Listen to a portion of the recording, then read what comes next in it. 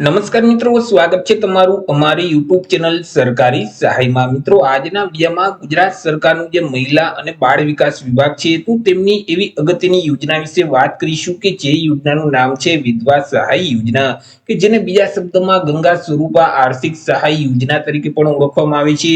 આ યોજના અંતર્ગત નિરાધાર મહિલાઓ છે તો તેઓને વાર્ષિક ₹15,000 ની મર્યાદામાં સહાય આપવામાં આવે છે। યોજના વિશે આપણે તમામ માહિતી આજના વિડીયોમાં મેળવી લેશું, પરંતુ તે પહેલા વિડીયો ગમે તો લાઈક અને શેર કરી દેજો, ચેનલમાં નવા હોય તો ચેનલને સબસ્ક્રાઇબ કરી દેજો। તો ચાલો મિત્રો, વિડીયોની શરૂઆત કરીએ। તો સૌથી પહેલા તો મિત્રો આપણે વાત કરી લેશું આ જે ગંગા સ્વરૂપા આર્થિક સહાય યોજના છે એટલે કે જે વિધવા સહાય યોજના છે તે યોજનાનો મુખ્ય ઉદ્દેશ શું છે। તો કે મિત્રો, ગુજરાત રાજ્યમાં રહેતા જે નિરાધાર મહિલાઓ છે તો તેને આર્થિક રીતે મદદ કરવા માટે ગુજરાત સરકારનું જે મહિલા અને બાળ વિકાસ વિભાગ છે તો તેના દ્વારા ગંગા સ્વરૂપા આર્થિક સહાય યોજના છે તે અમલમાં મૂકવામાં આવેલી છે, એટલે કે જે વિધવા સહાય યોજના છે તેને અમલમાં મૂકવામાં આવેલી છે, કે જે યોજના અંતર્ગત વિધવા એટલે કે જે નિરાધાર મહિલાઓ છે તેને આર્થિક સહાય છે તે આપવામાં આવી છે।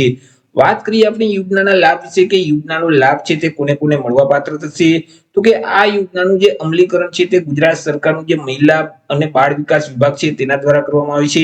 યોજનાનો લાભ છે તે 18 વર્ષ કરતા જે વધુ ઉંમરની તમામ જે નિરાધાર મહિલાઓ છે એટલે કે જે વિધવા મહિલાઓ છે તેને મળવા પાત્ર થશે। પછી તે કોઈ પણ વર્ગની મહિલાઓ હોય, SC category, ST category, OBC, EWS કે જનરલ, પરંતુ તે 18 વર્ષ કરતા વધુ ઉંમરની નિરાધાર મહિલા હશે તો તે મહિલા આ યોજનાનો લાભ છે તે મેળવી શકશે।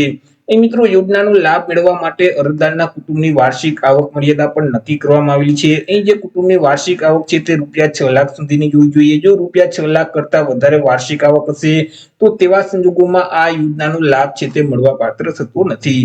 વાત કરી લઈએ અહીં યોજના અંતર્ગત કેટલી સહાય છે તે આપવામાં આવે છે, તો કે યોજના અંતર્ગત જે નિરાધાર મહિલાઓ છે તો તેઓને દર મહિને ₹1,250 લેખે સહાય છે તે આપવામાં આવે છે, એટલે કે વાર્ષિક ₹15,000 ની મર્યાદામાં યોજના અંતર્ગત મહિલાઓને સહાય છે તે આપવામાં આવે છે।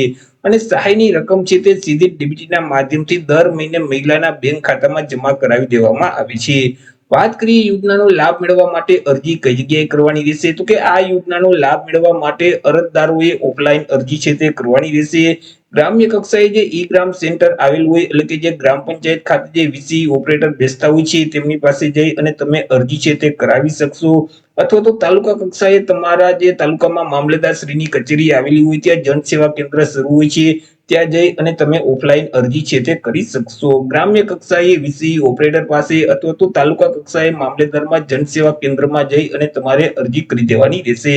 ડોક્યુમેન્ટ વિશે વાત કરીએ કે જ્યારે તમે ફોર્મ ભરાવવા જાવ ત્યારે તમારા સાથે ક્યાં ક્યાં ડોક્યુમેન્ટ લઈ જવાના રહેશે, તો કે આધાર કાર્ડ છે, રેશન કાર્ડ છે, બેંક પાસબુકના પ્રથમ પાનાની નકલ અથવા તો રદ કરેલ ચેક છે, આવકનો દાખલો છે, રહેઠાણ અંગે કોઈ પણ એક આધાર પુરાવો છે, ત્યાર પછી જાતિનો દાખલો છે અથવા તો બીપીએલ સ્કોર અંગેનો દાખલો છે, જો બીપીએલ કેટેગરીમાં આવતા હોય તો બીપીએલ નું પ્રમાણપત્ર છે, ત્યાર પછી એલસી એટલે કે શાળા છોડ્યાનું પ્રમાણપત્ર છે અથવા તો જન્મ તારીખનો દાખલો છે, પાસપોર્ટ સાઇઝનો ફોટોગ્રાફ છે, ત્યાર પછી પુનઃલગ્ન કર્યા નથી તે અંગેનું પ્રમાણપત્ર છે અને પતિના મરણનો દાખલો છે।